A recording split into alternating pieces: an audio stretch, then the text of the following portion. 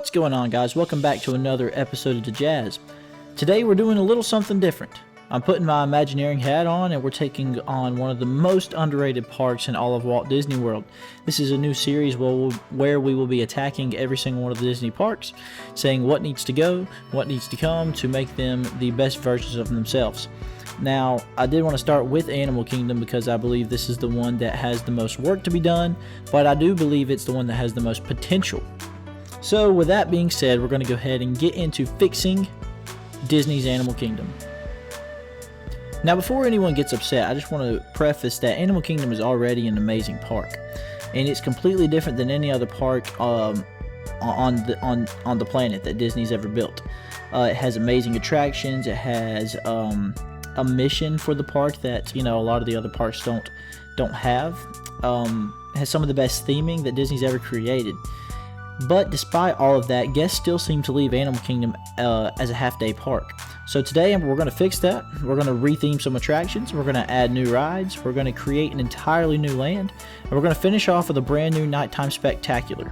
Let's go ahead and start with the Asia portion of the park. Now, before we get into what we need to change, I want to say what Disney has done in the recent past to update Animal Kingdom. Now, the last major update that Animal Kingdom got was Pandora, and guess what year that was in? That was all the way in 2017. Now, that's a pretty long time ago to go without a major expansion of some point. But it was very successful. Disney did acquire Fox, and that enabled them to make Avatar: The Way of Water and Fire and Ash. And I'm honestly shocked that we haven't seen an expansion in Pandora to this day. But I'm going to leave Pandora off the table, leave it as is. I believe it's fine, and I believe the attention to Animal Kingdom would be better suited somewhere else. Something else that they've already added recently was Zootopia Better Together. I don't believe this is going to be a big draw. I mean, I believe it's fine. I haven't seen it. The reviews I've seen are mixed.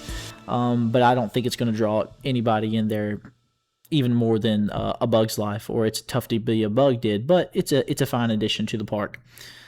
Now let's get into where that they're really making some headway. So we have Tropical Americas that is coming in the near future, 2-ish years I would be believing. But up in the top right-hand section of this map, you see the Indiana Jones attraction that will be similar to the Indiana Jones Adventure over in Disneyland. And then you also see to the left the Encanto ride that's going to be probably a trackless dark ride. We're not 100% sure yet. But Tropical Americas is going to be a new section of the park that will really kind of bring together the South American portion of the world. So we have Asia, we have Africa, and that's pretty much the only two major continents that are represented in Animal Kingdom. So this will add another continent, which is pretty cool, and we're actually going to be adding another one here in a second later on in the video.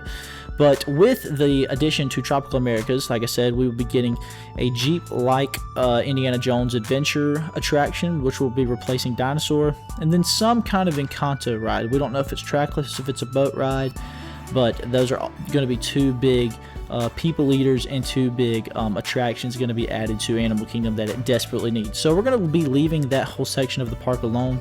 I'm fine with what they're doing. I believe that there probably were some better IPs to go with, but we're going to leave it as is, and we're going to attack some more needed areas of the park. Just to give a little update on what Disney is doing in Tropical Americas, you can see here that the construction for the Indiana Jones ride is already underway. This is the front facade, which will be the Mayan temple. And then you can see a lot of work has begun on the Encanto space. You can see the massive show building there, plus the demolition that has been done to the area that used to be Dinoland USA. So it's good to see Dinoland go. It was on its last legs. I hate to see the dinosaur ride go, but I believe Disney's going to do a great job with this Tropical Americas area, and it's going to be a huge addition to Animal Kingdom. Alright, now let's get into the Imagineering portion of this video. So Walt Disney Imagineering is now gone, and now we are entering the Jazz Imagineering. So Disney, if you like my ideas, I'm always willing to take a job. So hope y'all agree with what I'm going to be doing to the park, and if you don't, sure, leave in the comments what you think you would like to see, because there's tons of possibilities out there, but I just believe that the ones I'm about to bring up are the best fit for Animal Kingdom, and that will bring a big draw to this park that it desperately needs. So the first main attraction that we're going to tackle is Cali River Rapids. Now for us, we love the rapids.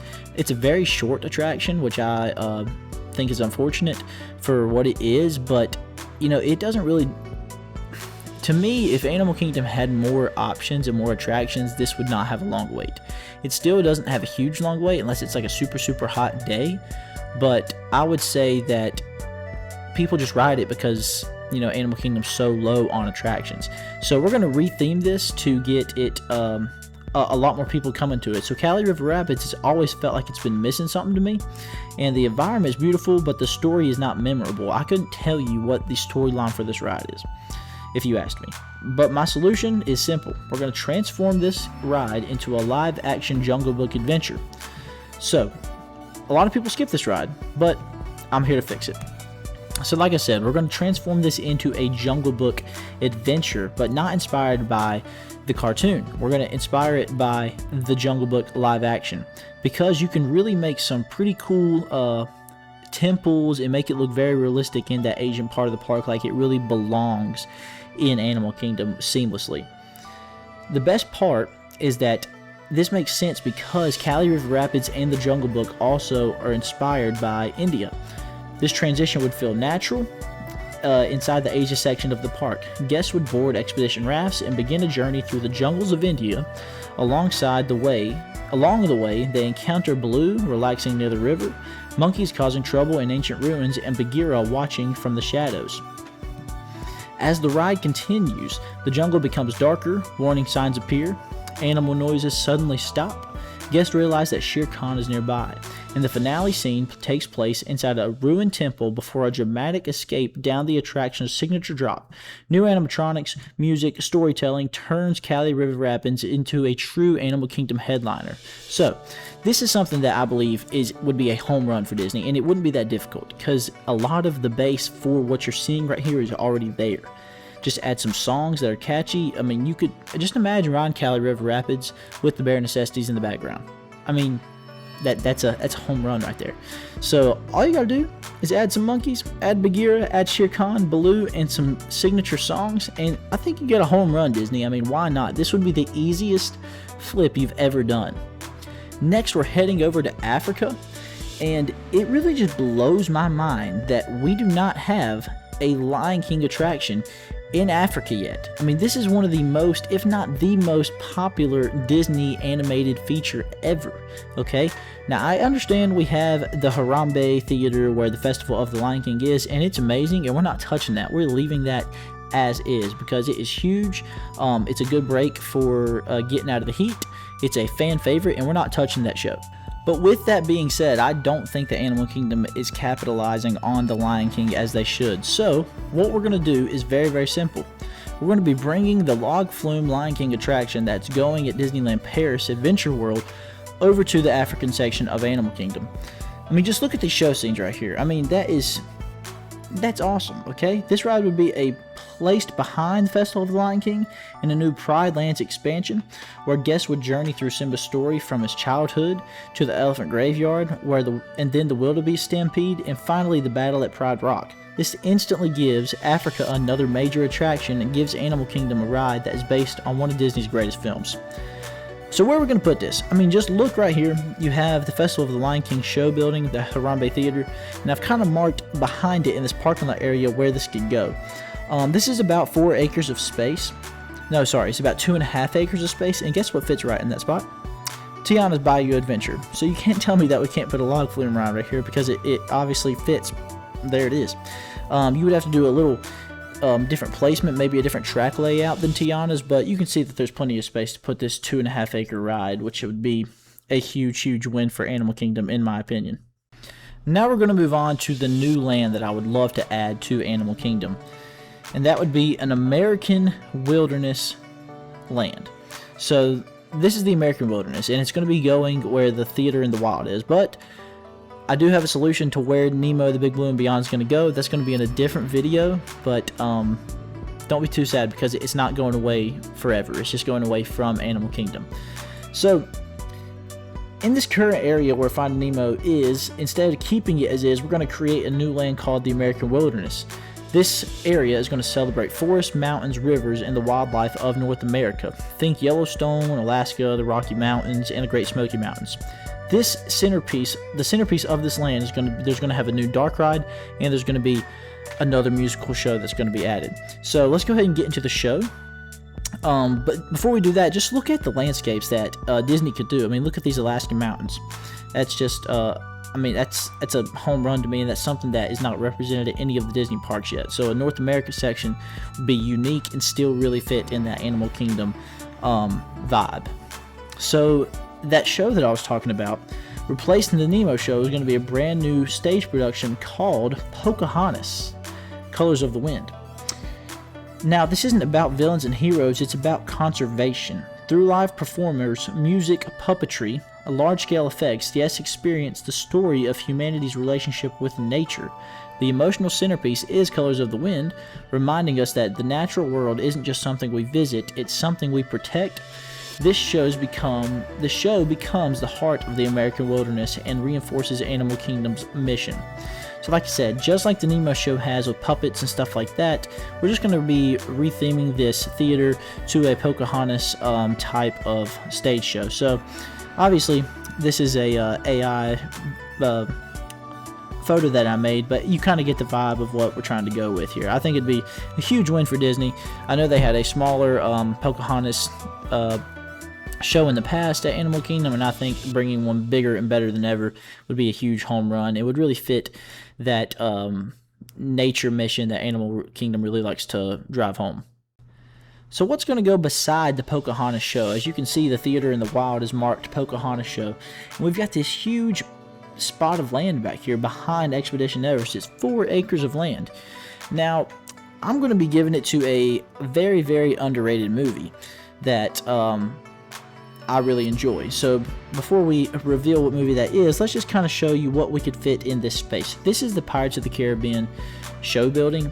It's approximately 3 acres, and so you have 3 acres to put a decently long boat ride, dark ride, at Animal Kingdom, plus a lot of space to kind of do a walk around acre area and expand this Northern America wilderness. So going to the side of the Pocahontas show is going to be a Brother Bear boat ride attraction. This is one of the most underrated Disney movies ever made, and it fits Animal Kingdom perfectly. Guests will board a boat and follow Kiani's journey after he transforms into a bear. This adventure takes guests through the forest, rivers, mountains, passes, in spirit-filled landscapes. Massive animatronics, projection effects, and a Northern Lights finale create an emotional family attraction unlike anything else in Walt Disney World.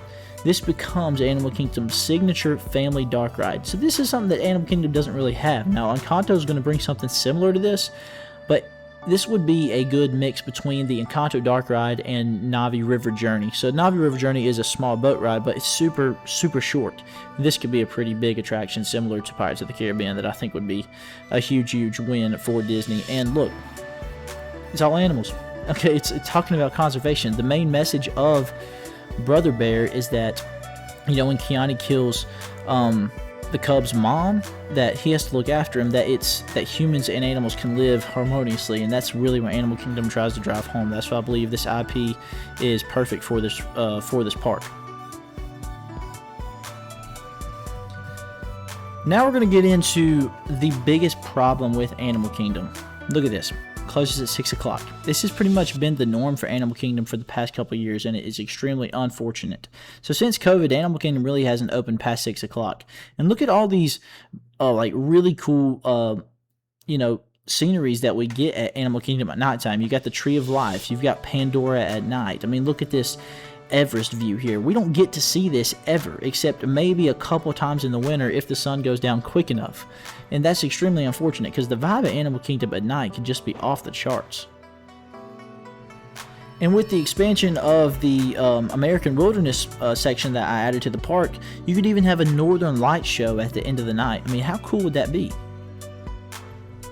And with the longer hours at Animal Kingdom, it enables you to do a nighttime spectacular. So we're going to look at the Old Rivers of Light amphitheater, and I understand that you can't have fireworks because of the animals, but with today's technology, you can have a amazing nighttime spectacular without fireworks.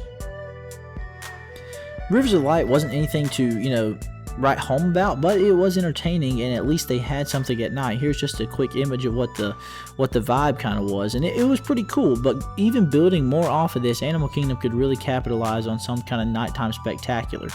So they don't have a lot of room, they don't have a lot of places to project stuff on, so we're going to take a page out of Universal's book. So Cinesational is Universal's nighttime spectacular over at Universal Studios, and it's really, really good. It's not a lot of space, and we'll go over that, what kind of space they use, but they really utilize drones, they utilize the music, and they utilize water projections and fountains. So that's something that I think Animal Kingdom could really do. But let's talk about the drones. Look at what they're able to do with drones. I mean, they've got Ghostbusters, they've got E.T., they've got Universal. Disney could easily do that and recreate a ton of iconic Disney moments in the sky. Now, the plot of land that Universal has to work with is a little bit bigger. They've got a 7-acre lagoon, but look how lateral it is. They don't use all that space. They probably only use the middle section where those two platforms comes out to actually do the water show. Because you can see to the bottom left corner, that's actually the standing room for the show. So it's a very, very limited area that they do the show, and it's still pretty impressive. So, like I said, it's 7 acres. Over at Animal Kingdom, our lagoon is 3.5 acres, but look how much more open the space is. And with 3.5 acres, you can do a lot. There's this little show that I kind of enjoy, and I'm sure you've probably heard of it, called Fantasmic, that guess what? It's a 3.5 acre plot if you include their stadium seats and their backstage parking. So the actual lagoon show is probably only an acre, and that's, one of Disney's most impressive nighttime shows. Now, finally, I'm going to show you what I've really kind of been cooking up this whole time. So, Animal Kingdom, it really deserves this nighttime spectacular, but because those animals aren't used to we're not going to use traditional fireworks. We're going to use, drones, like I said. So, let's go and just kind of get a look at what we kind of got in mind. I mean, look at this projection mapping you could do on the water of Pride Rock. That would just be such an iconic scene. And look at all these different animals you could do as drones. We're going to feature tropical Americas. We're going to feature the American wilderness. We're going to feature Asia, Africa. All these sections that are in Animal Kingdom are going to be represented appropriately in this ride, in this Nighttime Spectacular. So just look at all the IPs we have to choose from. Indiana Jones, Avatar, The Jungle Book, Zootopia, Encanto, Brother Bear, Pocahontas, and this little success they like to call The Lion King. I mean, with all of these, you can make a fantastic nighttime spectacular with drones and water projections that I think Disney is just completely leaving this on the table. And with that being said, it brings us to the end of our day here at Animal Kingdom, and it would just be a huge hit to end the day. Open the parks to at least 9 o'clock, okay? Have this show be right at the park close, just like Fantasmic is. Close the park with this show. There's plenty of seating there, and it's going to be a home run for Disney. So like I said, that brings us to the end of our day, and it also brings us to the end of our video. So here's just another look at the beautiful Animal Kingdom. But like I said, there's total room for improvement with Animal Kingdom. The theming is great, but we need more stuff to do. So with that being said, I believe we have fixed Disney's Animal Kingdom. Stay tuned for the other 3 parks we will be doing, and we've got some cool ideas there. Hope you enjoyed this type of video. Make sure to like, subscribe, and have a zippity-doo-dah day.